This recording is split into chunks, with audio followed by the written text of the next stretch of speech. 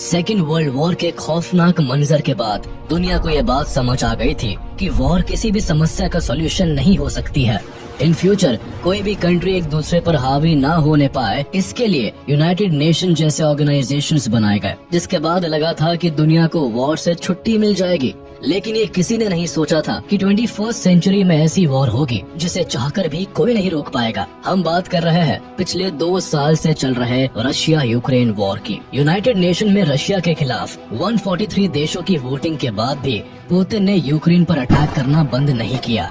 European countries के sanctions हो या नेटो की धमकियां, पुतिन की जिद के सामने किसी की नहीं चल रही। एक और सुपर पावर अमेरिका और ब्रिटेन जैसे देश वॉर को रोकने की धमकियां दे रहे हैं। दूसरी ओर पुतिन यूक्रेन की बर्बादी की दास्तान लिखते जा रहे हैं। दुनिया पुतिन को लेकर 2 भागों में बटी है। कुछ लोग उन्हें एक अग्रेसिव डिक्टेटर मानते हैं, तो कुछ लोग उन्हें प्रोग्रेसिव और रशिया के सबसे कमिटेड लीडर के तौर पर देखते हैं। लेकिन दुनिया में बहुत ही कम लोग हैं जो पुतिन के जीवन को करीब से जानते हैं। गरीब घर में पैदा हुआ व्लादिमीर पुतिन अपना हर फैसला बेफिक्र होकर लेते हैं। बचपन में ठाना कि उन्हें जासूस बनना है तो यूएसएसआर की इंटेलिजेंस एजेंसी केजीबी में नौकरी की। मूड बदला तो पॉलिटिक्स में आ गए और रशिया के लॉन्गेस्ट सर्विंग प्रेसिडेंट बन गए। कैसे बचपन से जासूस बनने की चाहत रखने वाले पुतिन रशिया के चहेते रूलर बन गए? क्या है पुतिन की असली कहानी जिससे उन्होंने सामान्य जासूस से प्रेसिडेंट तक का सफर तय किया?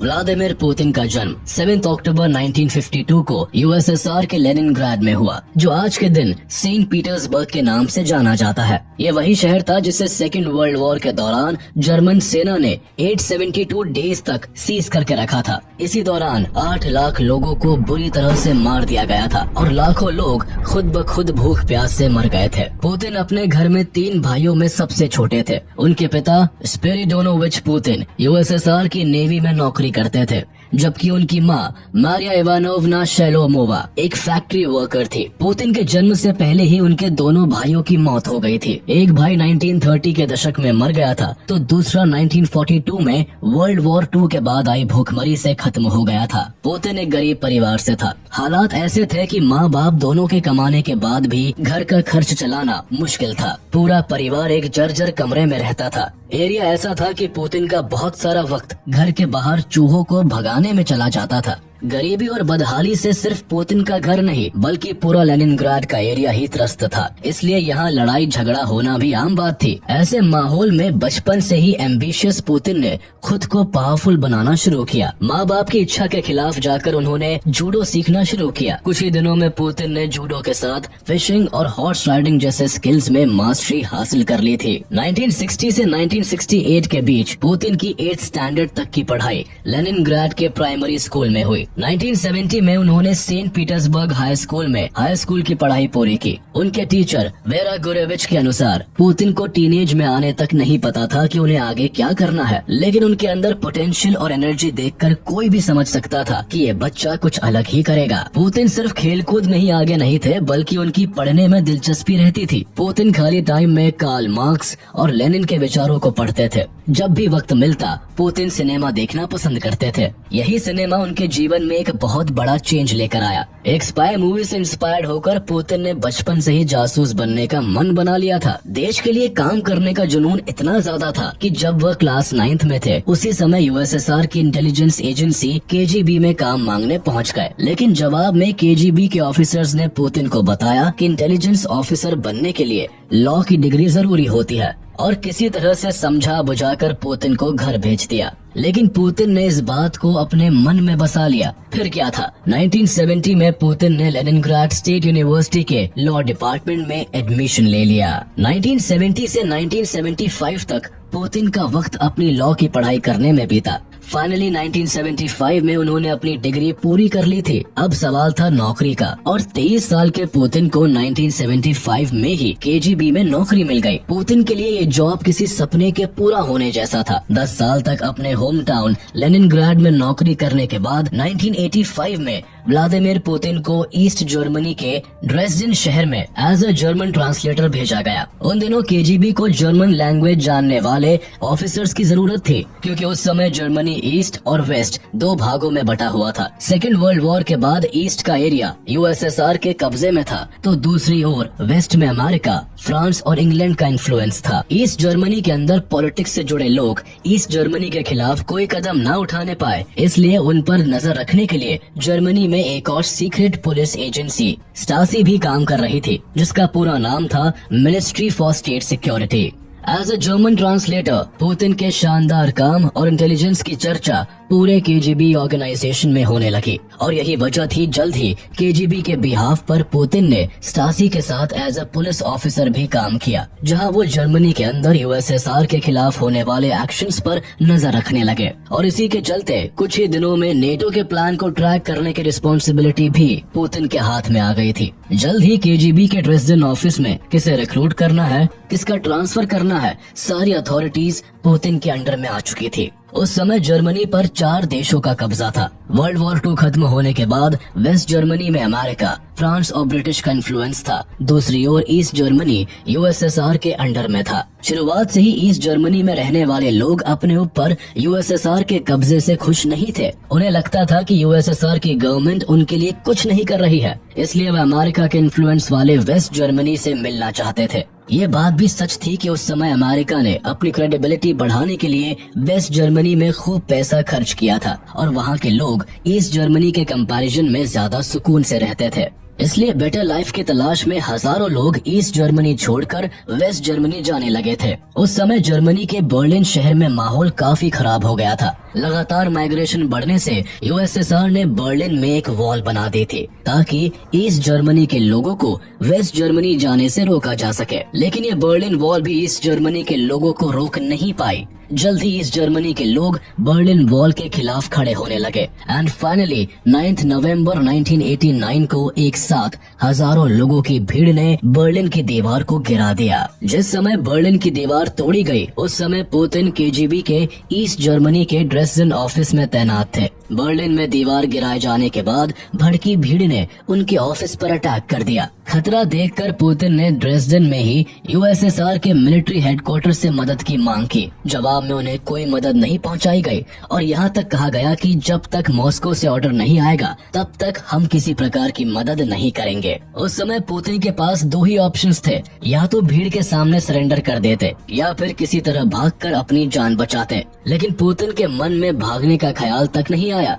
परीक्षा की घड़ी में पुतिन ने भीड़ से लोहा लेने का फैसला कर लिया। वो ऑफिस से निकलकर भीड़ के सामने आकर खड़े हो गए। फिर उन्होंने तेज आवाज में भीड़ को संबोधित करते हुए कहा, अगर कोई भी आदमी आगे बढ़ता है तो अंदर हथियारों से उनके गार्ड फायरिंग करना स्टार्ट कर देंगे। पुतिन की बातों में इतना कॉन्फिडेंस था कि एक भी आदमी की आगे बढ़ने की हिम्मत नहीं हुई। देखते ही देखते पूरी भीड़ वापस लौट गई। उस दिन पुतिन ने केजीबी ऑफिस और खुद को तो बचा लिया था, लेकिन उनके मन में अंदर ही अंदर ये बात खटकने लगी थी कि आखिर उन्हें बचाने के लिए मॉस्को ने किसी को क्यों नहीं भेजा। ये बात पुतिन के लिए किसी हादसे से कम नहीं थी। जो इंसान अपने देश के लिए कुछ भी कर गुजरने को तैयार था, जब उस पर मुसीबत आई तब मॉस्को ने उन्हें मरने के लिए छोड़ दिया था। धीरे धीरे पुतिन को समझ में आ चुका था कि यूएसएसआर की सत्ता पर कब्जा जमाए लोगों को अपने नागरिकों की जरा भी चिंता नहीं है। इस इंसिडेंट के टाइम सोवियत यूनियन के प्रेसिडेंट थे मिखाइल गोर्बाचेव। सोवियत यूनियन के लोग भी मिखाइल गोर्बाचेव की पॉलिसी से बहुत खुश नहीं थे। हालांकि इन्होंने अमेरिका के साथ अच्छे रिलेशंस बनाने की कोशिश की थी, लेकिन ये बात यूएसएसआर की जनता को रास नहीं आ रही थी। उन्होंने अफगानिस्तान की सिक्योरिटी की जिम्मेदारी भी ली थी, लेकिन वहाँ भी मुजाहिदीन ने यूएसएसआर को धूल चटा दी थी और गोर्बाचेव कुछ नहीं कर सके और मजबूर होकर इन्हें अपनी सेना हटानी पड़ी थी। इनकी कमजोर पॉलिसी के चलते ही बर्लिन की दीवार तोड़ दी गई और फाइनली यूएसएसआर का कोलैप्स भी इनकी ही गवर्नेंस में देखने को मिला। इसलिए यूएसएसआर के लोगों का गुस्सा इनके खिलाफ बढ़ने लगा। मजबूर होकर 25 दिसंबर 1991 को इन्होंने अपने पद से रिजाइन दे दिया था। 1990 में पुतिन केजीबी के लेफ्टिनेंट कर्नल पद के साथ एक्टिव सर्विस से रिटायर होकर वापस अपने शहर लेनिनग्राड लौट आए और यहीं लेनिनग्राड स्टेट यूनिवर्सिटी के एक्सटर्नल रिलेशन डिपार्टमेंट में काम करने लगे। इसी समय उनकी मुलाकात लेनिनग्राड के पहले डेमोक्रेटिकली इलेक्टेड मेयर एनाटोली सबचक से हुई। एनाटोली सबचक पुतिन के बिहेवियर से बहुत प्रभावित हुए और इन्हें अपना सलाहकार बना लिया। यहाँ पुतिन की लाइफ में एक बड़ा टर्निंग पॉइंट आया। इस पोस्ट को संभालने के बाद पुतिन देश के एक्टिव पॉलिटिक्स को थोड़ा और नजदीक से देखने लगे। 1991 में यूएसएसआर के कोलैप्स होने के बाद लेनिनग्राड का नाम बदलकर सेंट पीटर्सबर्ग कर दिया गया। पुतिन अपनी रिस्पॉन्सिबिलिटी को अच्छी तरह से निभाते रहे। उनके शानदार काम के चलते 1994 में पुतिन को सेंट पीटर्सबर्ग का डेप्यूटी मेयर बना दिया गया और यही से पुतिन की पॉलिटिक्स में ये पहली एंट्री होती है। सत्ता हाथ में आने के साथ ही शहर के अंदर पुतिन ने शानदार काम करना स्टार्ट किया। ढूंढ ढूंढ कर करप्ट अधिकारियों को सस्पेंड किया गया। कुछ ही दिनों में सेंट पीटर्सबर्ग के अंदर पुतिन की इमेज एक साफ लीडर के रूप में बन चुकी थी। लेकिन 1996 में सेंट पीटर्सबर्ग में मेयर का इलेक्शन हुआ और इस बार सोबचक इलेक्शन हार जाते हैं। सोबचक के हारने के बाद पुतिन की कुर्सी भी चली जाती है। केजीबी में काम करने से और सेंट पीटर्सबर्ग के डेप्यूटी मेयर रहने के कारण पुतिन की जान पहचान मॉस्को के बड़े लीडर्स और ऑफिसर्स के साथ हो गई थी। डेप्यूटी मेयर की कुर्सी जाने के बाद पुतिन इसका फायदा लेते हुए मॉस्को शिफ्ट हो गए। मॉस्को में उनकी मुलाकात वैलेंटिन युमाशेव से होती है। वैलेंटिन युमाशेव उस समय रशिया के प्रेसिडेंट बोरिस येल्सिन के दामाद थे। पुतिन की पर्सनालिटी और उनकी कार्यशैली को देखकर वैलेंटिन युमाशेव बहुत प्रभावित हुए और उन्होंने व्लादिमीर पुतिन की मुलाकात प्रेसिडेंट बोरिस येल्सिन से करवाई। 26 मार्च 1997 में बोरिस येल्सिन ने पुतिन को प्रेसिडेंशियल स्टाफ में डेप्यूटी चीफ बना दिया। बोरिस येल्सिन लिमिट से ज्यादा शराब पीते थे और उनकी पब्लिक इमेज भी अच्छी नहीं थी। प्रेसिडेंट डेकोरम नाम की कोई चीज उन्हें नहीं पता थी। नशे में वो लोगों के बीच नाचना शुरू कर देते थे। इनके नाम करप्शन के कई मामले भी दर्ज थे और जैसे जैसे वक्त बढ़ रहा था बोरिस येल्सिन के ऊपर करप्शन के मामले भी बढ़ते चले जा रहे थे। एक समय ऐसा आया जब बोरिस येल्सिन को रशिया में करप्शन का नया चेहरा माना जाने लगा था, जिसके चलते रशिया के लोग इनसे काफी नाराज थे। लेकिन दूसरी तरफ पुतिन लगातार सफलता की सीढ़ियां चढ़ते जा रहे थे। पुतिन लेनिनग्राडर एनाटोली चुबाइस के काफी करीब आ गए और उनका भरोसा जीत लिया और उसके साथ ही वो एडमिनिस्ट्रेटिव पोजीशंस पर प्रमोट होते चले गए। अपने अच्छे काम और डेडिकेशन की वजह से देखते ही देखते पुतिन सिक्योरिटी काउंसिल के सेक्रेटरी बन गए, जो कि रशिया की हाईएस्ट सिविलियन सर्विस रैंक थी। पुतिन को बोरिस येल्सिन के हालात की अच्छी खबर थी। साथ ही केजीबी में काम करने की वजह से वो प्रेसिडेंशियल पावर्स को बहुत अच्छी तरह समझते थे और इसी वजह से जैसे ही उनके हाथ में प्रेसिडेंट के साथ काम करने का मौका लगा तब उन्होंने खुद को पूरी तरह से रशियन पॉलिटिक्स में इन्वॉल्व कर लिया। बोरिस येल्सिन को शराब पीने से फुर्सत नहीं थी और ऐसे में अब बोरिस येल्सिन के ज्यादातर काम पुतिन संभालते थे। पुतिन ने अपने डिसीजन मेकिंग स्किल को पूरी तरह यूज करना स्टार्ट कर दिया, जिसका असर ये हुआ कि कुछ ही दिनों में बोरिस येल्सिन के सारे काम सही तरीके से होने लगे। देश के बदलते हालातों की वजह से बोरिस का पुतिन के ऊपर विश्वास बढ़ता चला गया। अपनी शानदार लीडरशिप और अग्रेसिव थॉट प्रोसेस की बदौलत कुछ ही दिनों में पुतिन ने बोरिस येल्सिन का पूरा भरोसा जीत लिया। 1991 से 1999 तक बोरिस रशिया के प्रेसिडेंट बने रहे और इस टाइम तक पुतिन देश के पॉलिटिक्स को पूरी तरह अपने हाथ में ले चुके थे और यही से पुतिन के साथ साथ रशिया का भी फेट बदलने वाला था। 9 अगस्त 1999 को राष्ट्रपति येल्सिन ने पुतिन को रशियन फेडरेशन गवर्नमेंट का एक्टिंग प्राइम मिनिस्टर बना दिया। रशिया में हुए इस बड़े पावर शिफ्ट के बाद पुतिन को असल मायनों में अब पावर मिली थी। यूएसएसआर के कोलैप्स होने के बाद से चेचनिया ने खुद को एक इंडिपेंडेंट स्टेट घोषित कर लिया था और लगातार रशिया के साथ कॉन्फ्लिक्ट में उलझा हुआ था। कहने को तो चेचनिया फ्री था, लेकिन रशिया का इन्फ्लुएंस यहाँ कम नहीं हुआ था और यही कारण था आए दिन दोनों देशों के बीच सालों से कॉन्फ्लिक्ट चल रहा था। 1998-99 के टाइम दोनों के बीच लड़ाई अपनी पीक पर थी। इस साल चेचनिया के इस्लामिक फाइटर्स ने रशिया के अंदर आतंक फैला रखा था। जगह जगह बम ब्लास्ट किए जा रहे थे। इसी साल अगस्त 1999 में चेचनिया के फाइटर्स ने रशिया के कई सिटीज पर बम ब्लास्ट कर दिया, जिसमें बायनिस्क, मॉस्को और वोल्गोडॉन्स्क जैसे सिटी को टारगेट किया गया। इस अपार्टमेंट बॉम्बिंग्स में 300 से ज्यादा लोग मारे गए और करीब 1000 से ज्यादा लोग बुरी तरह घायल हो गए। इस इंसिडेंट ने रूस के अंदर पहले से भड़की आग में घी डालने का काम किया। रशिया के लोगों का खून खौल उठा था। चेचनिया के खिलाफ गुस्सा आसमान चढ़ता जा रहा था। रूस की जनता किसी भी तरह चेचनिया के आतंकियों का खात्मा करना चाहती थी। देश के अंदर बढ़ता टेररिज्म देखकर प्रेसिडेंट बोरिस येल्सिन ने मन में ठान लिया कि इस बार वो चेचनिया को सबक सिखा कर रहेंगे। चेचनिया को हैंडल करने की पूरी जिम्मेदारी पुतिन को दी गई। पावर हाथ में आते ही पुतिन ने चेचनिया पर वॉर डिक्लेयर करते हुए अटैक करने का ऑर्डर दे दिया। पुतिन ने कहा अब चेचनिया पर मॉस्को का शासन होगा। हजारों की संख्या में मिलिट्री चेचनिया में एंटर करती है। अस्पताल, स्कूल, सिविलियन जो भी रशियन मिलिट्री के सामने आता है उसे डिस्ट्रॉय कर दिया जाता है। रशिया के इस वॉर से चेचनिया के अंदर तबाही का मंजर फैल चुका था। 80,000 से ज्यादा लोग मौत के घाट उतार दिए गए थे। इस वॉर को सेकेंड चेचन वॉर के रूप में जाना जाता है। रशियन सैनिकों के हेलमेट पर कैमरा लगा दिया गया था जिससे रशिया के लोगों को पता चल सके कि कैसे 300 रशियन लोगों की जान का बदला चेचनिया की बर्बादी से लिया गया था। इस खतरनाक रिवेंज से रशिया के अंदर पुतिन की एक नई इमेज सामने आई। रशिया के अंदर लोग पुतिन को हीरो के तौर पर देखने लगे थे। इस घटना के 2 महीने बाद ही दिसंबर 1999 में बोरिस येल्सिन ने प्रेसिडेंट पोजीशन से अचानक रिजाइन दे दिया। उस वक्त तक पुतिन की पॉपुलैरिटी पूरे रशिया में फैल चुकी थी। इसके अलावा पुतिन बोरिस येल्सिन के करीबी तो थे ही, इसलिए 31 दिसंबर 1999 को पुतिन को रशिया का इंटरिम प्रेसिडेंट बनाया गया।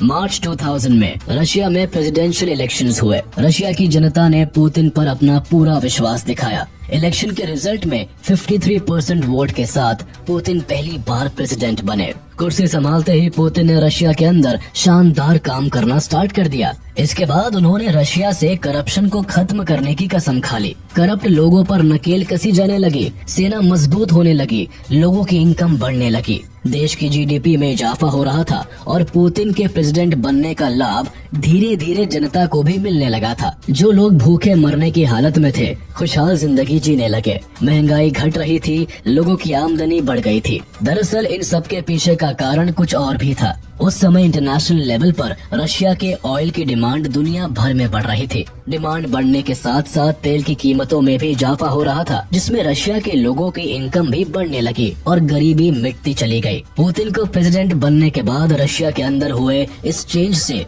पुतिन को एक ग्रेट लीडर के रूप में देखा जाने लगा, जिसका इम्पैक्ट देखने को मिला साल 2004 में हुए अगले प्रेसिडेंशियल इलेक्शंस में। इस बार पुतिन को 71% वोट मिले और वो दोबारा रशिया के प्रेसिडेंट बने। लगातार मिल रही जीत से इतना तो तय हो गया था कि पुतिन ही अब रशिया के सर्वोसर्वा है। रूस का कॉन्स्टिट्यूशन एक आदमी को लगातार सिर्फ 2 बार प्रेसिडेंट बनने की इजाजत देता था। 2000 और 2004 में प्रेसिडेंट बनने के बाद पुतिन के 2 कार्यकाल पूरे हो चुके थे। रशिया में पुतिन के विरोधियों को लगता था कि 2008 के इलेक्शन में वो क्रेमलिन से बाहर हो जाएंगे, लेकिन पुतिन के दिमाग में कुछ ऐसा चल रहा था जिसके बारे में कोई सोच भी नहीं सकता था। मार्च 2008 के इलेक्शंस में पुतिन ने अपने करीबी दिमित्री मेदवेदेव को प्रेसिडेंशियल कैंडिडेट बनाया। पुतिन के इन्फ्लुएंस से दिमित्री मेदवेदेव इलेक्शन जीतकर प्रेसिडेंट बने और पुतिन प्राइम मिनिस्टर बन गए। पुतिन के इस मास्टर स्ट्रोक से पुतिन के विरोधी चारों खाने चित हो गए थे।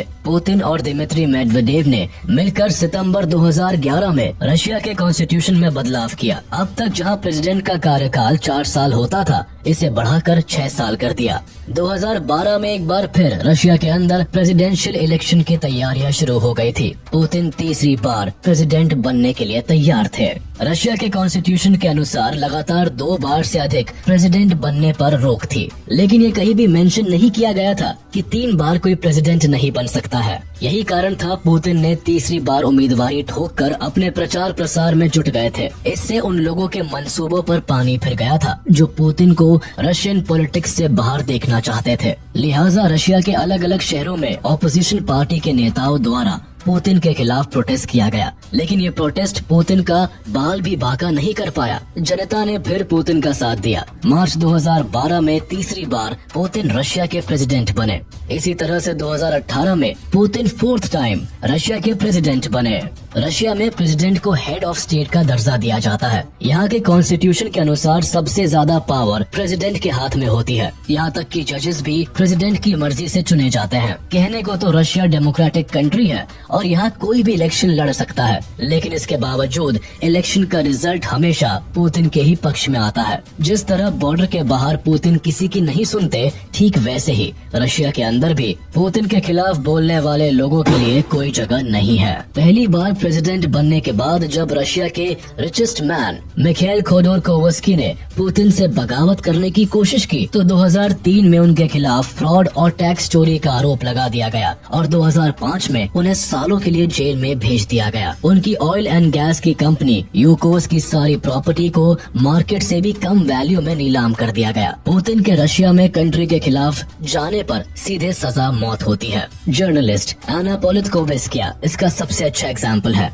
जिन्होंने अपने रिपोर्ट में चेचनिया के अंदर ह्यूमन राइट्स के उल्लंघन पर सवाल उठा दिया था, जिसके बाद 7 अक्टूबर 2006 को मॉस्को में अपने अपार्टमेंट में एंट्री करते समय उन्हें मार दिया गया। ऐसा ही देखने को मिला 23 जून 2023 को, जब रशिया के private military partner Wagner group के चीफ एवजेनी प्रिगोजिन ने रशियन आर्मी से बगावत कर दी थी। पुतिन ने प्रिगोजिन से मिलकर मामले को शांत तो कर लिया था, लेकिन ठीक 2 महीने के बाद 23 अगस्त 2023 को उनका बिजनेस जेट क्रैश हो जाता है, जिसमें उनके साथ अन्य 9 लोग भी सवार रहते हैं। इस घटना के बाद अटकलें लगाई जा रही थी कि ये दुर्घटना नहीं थी, बल्कि प्रिगोजिन को मारने के लिए एक सोची समझी हुई चाल थी। रशिया की बागडोर पुतिन के हाथ में आते ही रशिया के अंदर कई इनक्रेडिबल चेंजेस देखने को मिलने लगे। यूएसएसआर के कोलैप्स के बाद अलग हुए ज्यादातर देशों में वेस्टर्न कंट्रीज, खासकर अमेरिका का इन्फ्लुएंस बढ़ रहा था। इससे रशिया के सामने अपनी बाउंड्रीज को सिक्योर रखने का चैलेंज था। पुतिन जब से सत्ता में आए हैं, उनकी एक नजर बाउंड्रीज पर ही रही। फिर चाहे अगस्त 2008 में जॉर्जिया पर कब्जा करना हो, 2011 में लीबिया से वॉर लड़ना पड़ा हो, या 2014 में यूक्रेन के शहर क्रीमिया पर कब्जा करना हो, पुतिन ने अपने इरादे साफ कर दिए हैं। देश की सिक्योरिटी से बढ़कर उनके लिए कुछ भी नहीं है, और यही कारण है पूरी दुनिया की खिलाफत के बाद भी पुतिन 2022 से लगातार यूक्रेन के साथ आर्म्ड कॉन्फ्लिक्ट में उलझा हुआ है।